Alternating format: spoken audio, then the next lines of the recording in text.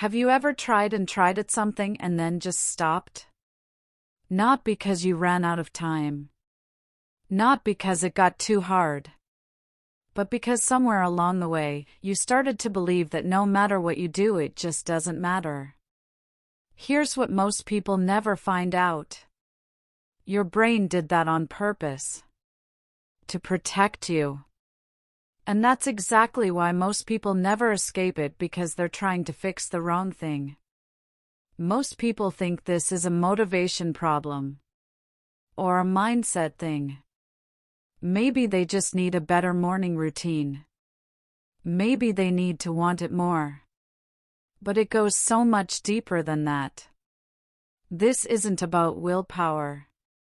This is about your brain doing something that most people never even realize is happening.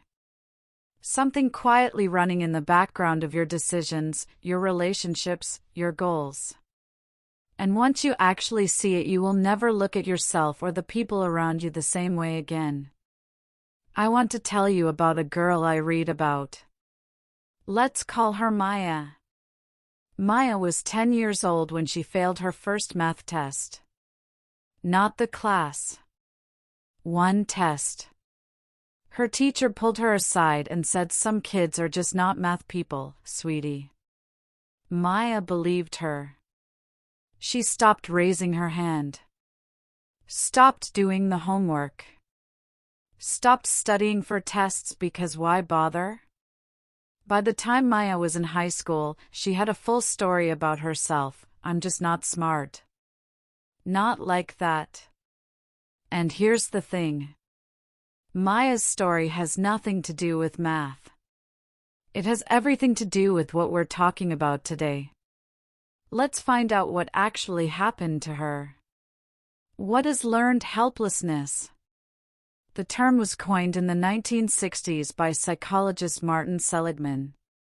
And it started with an experiment. Seligman studied two groups of dogs. Group 1, they experienced mild electric shocks, but they had a lever. They could stop it themselves. Group 2, they got the same shocks. But nothing they did stopped it. No lever. No escape. No control. Later, both groups were moved somewhere new. This time, escaping was easy, just a small barrier to jump over. Group 1? Jumped right over. Gone. Group 2? They lay down. Didn't sniff the barrier. Didn't try. Just lay down and took the shocks. Because their past had handed them one lesson. Trying doesn't work. That is learned helplessness. It's when your brain, after repeated experiences of having no control, stops sending the signal to try. Not because you're weak, but because your brain made a very logical conclusion based on the evidence it had. And this same thing happens to people. In schools. In jobs. In relationships. In families. Maya, one bad test, one thoughtless comment, and her brain started connecting the dots. I try, I fail, I cannot control this, stop trying. That's not a character flaw. That's a learned pattern. And it's far more common than anyone wants to admit. The two faces of learned helplessness. But here's what I didn't tell you yet about Maya, and about those dogs. It doesn't hit everyone the same way. There are two versions of learned helplessness, and they look completely different from the outside. 1. Personal helplessness. The first one is the quiet voice that says, "Other people can, but I can't." You watch your coworker get promoted and think, "Good for them." You see someone lose 40 pounds and think, "Must be nice." You watch someone build something and think, "They had advantages I don't." This version stays personal. It doesn't blame the world, it blames you. And it's deeply isolating. Because from the outside, you're cheering everyone on while inside, you've already decided you're the exception to every success story. 2. Universal helplessness. The second version goes wider. It's not just me. Nothing works for anyone. The system is rigged. The world doesn't care. Why even try? This looks like cynicism from the outside. Sounds like someone being realistic. But underneath it? It's someone who got hurt and kept going until they just ran out of runway. Universal helplessness is what happens when personal helplessness goes untreated long enough. It's exhaustion wearing the mask of philosophy. Maya started with personal helplessness. 1 math class. 1 label. But by college it had spread. She stopped applying for certain jobs. Pulled back from certain friendships. Quietly removed herself from possibilities she used to dream about. Because the belief had expanded, that's just not for someone like me. That's how it works. It starts small. Then it grows. The psychology behind it. So why does the brain do this? Because the brain is not trying to make your life smaller. It's trying to save energy. When your brain repeatedly experiences I try, nothing changes. It literally starts to reduce the chemical signals that drive you to act. Dopamine, the motivation chemical, drops. Serotonin, your mood stabilizer, drops. And the brain makes a decision. Trying costs energy. Trying doesn't pay off. Stop trying. Not giving up. In the brain's logic efficiency. Seligman called the deeper mechanism your explanatory style, the way you explain why bad things happen to yourself. People stuck in learned helplessness land on the same 3 things every time something goes wrong. He called them the 3 Ps. Permanent, this is never going to change. Pervasive, this ruins everything in my life. Personal, this is my fault. I am the problem. Now watch what happens when we run Maya through them. She failed 1 test. Permanent, I'll always struggle with this.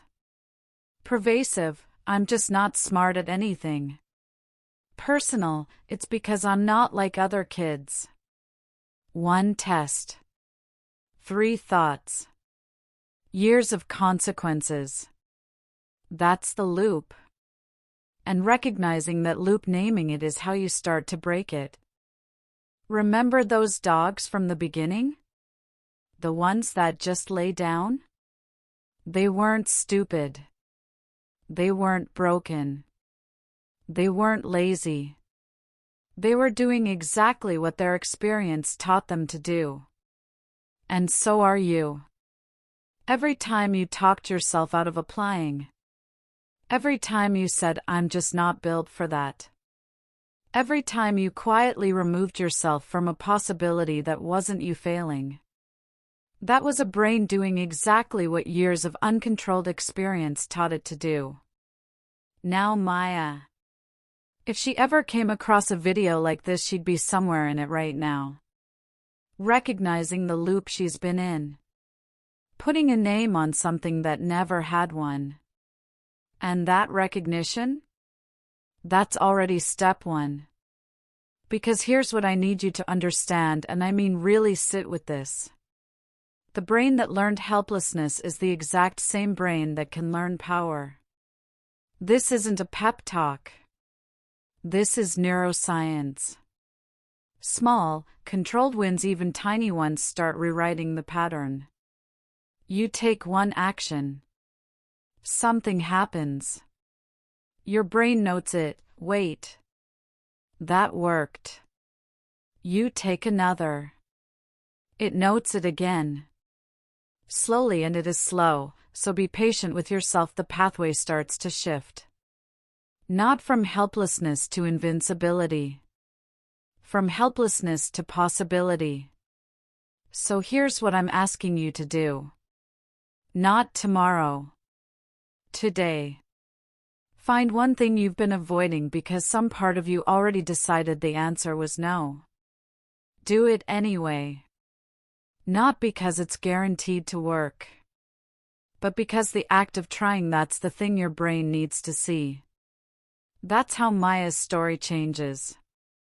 That's how yours does too. If Maya's story felt familiar, hit that like button. It genuinely helps more people find this. And if you want to keep going, subscribe. We break down psychology like this every week, in ways that are actually useful for your real life. But honestly, the most powerful thing you can do right now? Share this with someone. You probably know someone who's been calling themselves not a math person for the last 20 years. Someone who stopped trying at something they used to care about. Send it to them. Because sometimes the most important thing is just knowing that what you're feeling has a name and that there is a way through it. I'll see you in the next one. Take care of yourself.